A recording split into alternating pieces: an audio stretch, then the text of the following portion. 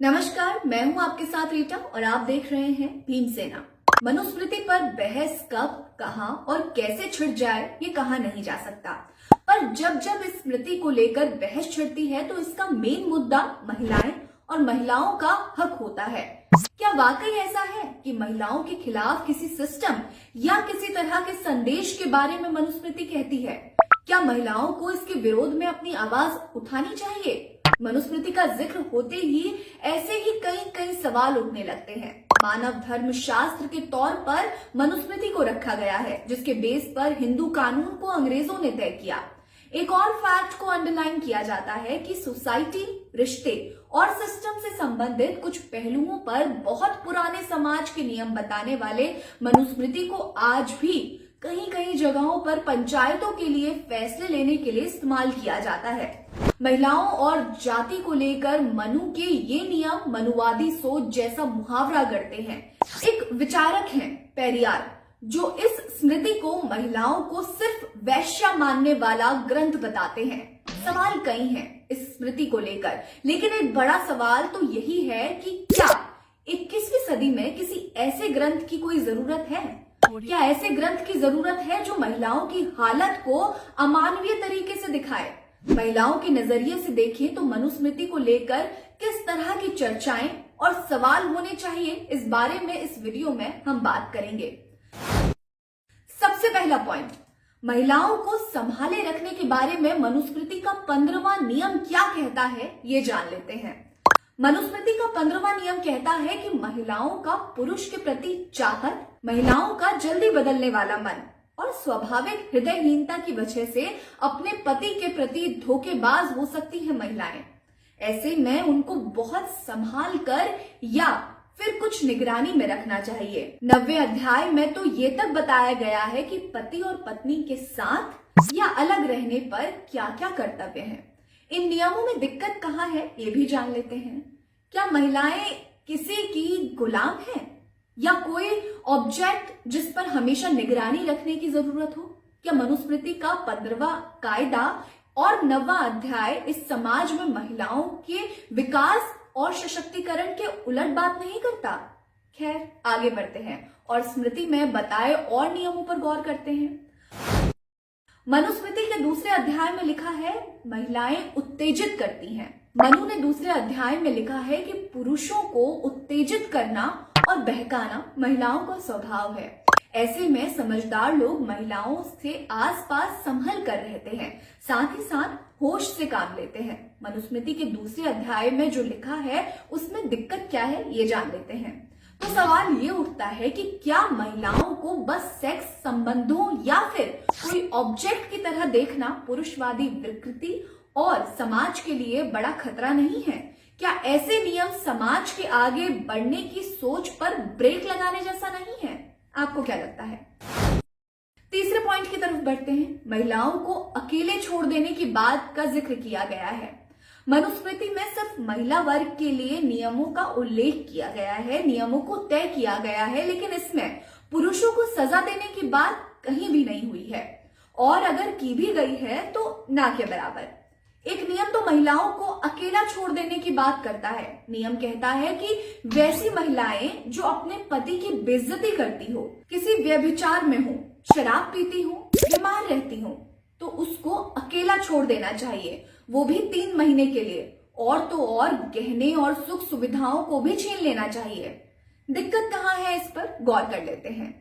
इस तरह का नियम बिना किसी शक और बहस के भेदभाव दिखाता है, तो क्या सवाल नहीं उठना चाहिए कि पति या पुरुष के शराबी या फिर चरित्रहीन होने पर किसी सजा के बारे में मनुस्मृति क्यों नहीं कहती है, पर महिला के लिए सख्त कायदे और कानून क्यों उनको अलग करने का नियम बताया गया है इसमें?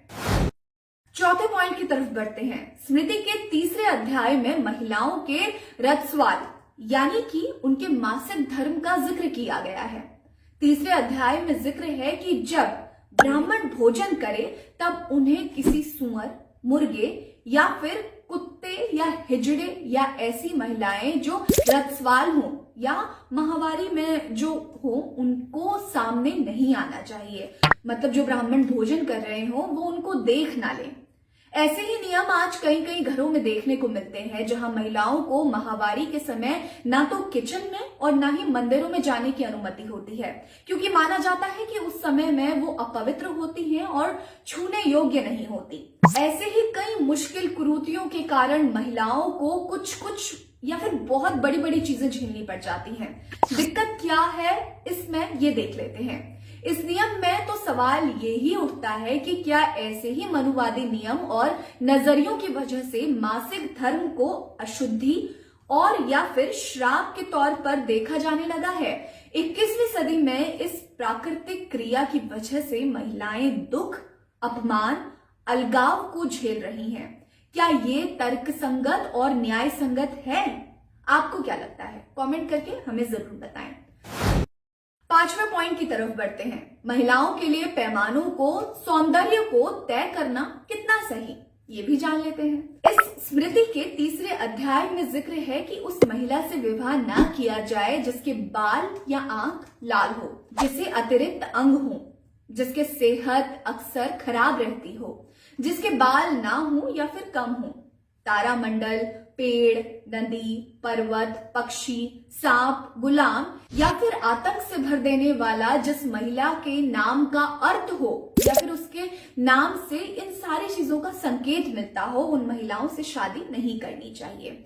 महिला जो नीची जाति की हो उनसे भी विवाह नहीं करना चाहिए। कहा यह भी गया है कि अच्छे परिवारों की सुंदर और आकर्षक महिला से ही समझदार लोग शादी करते हैं। दिक्कत क्या है ये भी जान लेते हैं। पुरुष के सौंदर्य या फिर पुरुष के गुणों को लेकर क्यों ये स्मृति बात नहीं करती है? क्यों विवाह के लिए सिर्फ महिलाओं के चुनाव के बारे में जिक्र है, जबकि विवाह तो महिला और पुरुष दोनों के बीच में होता है? अंदर तक झकझोर देने वाला एक सवाल ये भी है कि क्या महिलाओं के जीवन का केंद्र बस शारीरिक सुंदरता ही है? क्या उनका गुण या उनका टैलेंट मायने नहीं रखता है? ये सारे सवाल जो इस मनुस्मृति को पढ़ने के बाद उठते हैं। 6 पॉइंट की ओर बढ़ते हैं। जिस महिला का कोई ना हो उसके साथ विवाह के नियम के बारे में क्या कहती है स्मृति? इस स्मृति के 3रे अध्याय के 11वें श्लोक में कहा गया है कि जिसके भाई ना हो अथवा जिसके पिता का कोई ना पता हो या जिसके पिता को कोई ना जानता हो, यानी कि वो लड़की किसकी है ये किसी को ना मालूम हो, तो पुत्री का धर्म की आशंका से बुद्धिमान पुरुष लड़की के साथ ब्याह ना करे। दिक्कत क्या है? यहाँ ये सवाल उठता है, आखिर महिला को अपने अस्तित्व के लिए पुरुष के नाम या फिर साथ का जरूरी होना क्यों है? यानी कि महिला को अपने अस्तित्व की पहचान के लिए उसके भाई का होना, उसके पिता का होना या फिर एक सरनेम का होना क्यों जरूरी है? जबकि 21वीं सदी में महिलाएं अकेले अपने दम पर नाम बनाने के लिए संघर्ष कर रही हैं।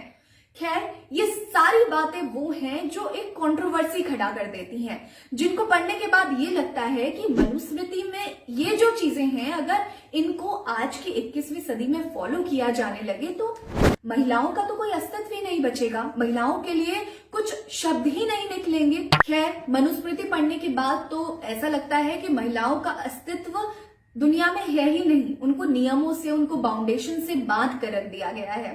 खैर, 21वीं सदी में इन बातों को कौन ही पूछता है और इन बातों का कौन ही ख्याल रखता है। एक और बात आपको बता दूं कि ये सारी इंफॉर्मेशन जो है वो अलग अलग स्रोतों से जुटाई गई है, इनके सोर्सेज बहुत अलग अलग हैं। मनुस्मृति को पढ़ा गया है, उसके बाद आप तक ये जानकारियां पहुंचाई गई हैं। और आपको क्या लगता है हमें कमेंट बॉक्स में कमेंट करके जरूर बताइएगा कि क्या महिलाओं को लेकर जो भी लिखा गया है मनुस्मृति में वो सही है? क्या ये नियम सही है जो महिलाओं के लिए बनाए गए हैं? हमें कमेंट करके जरूर बताइए। बने रहिए हमारे साथ। नमस्कार।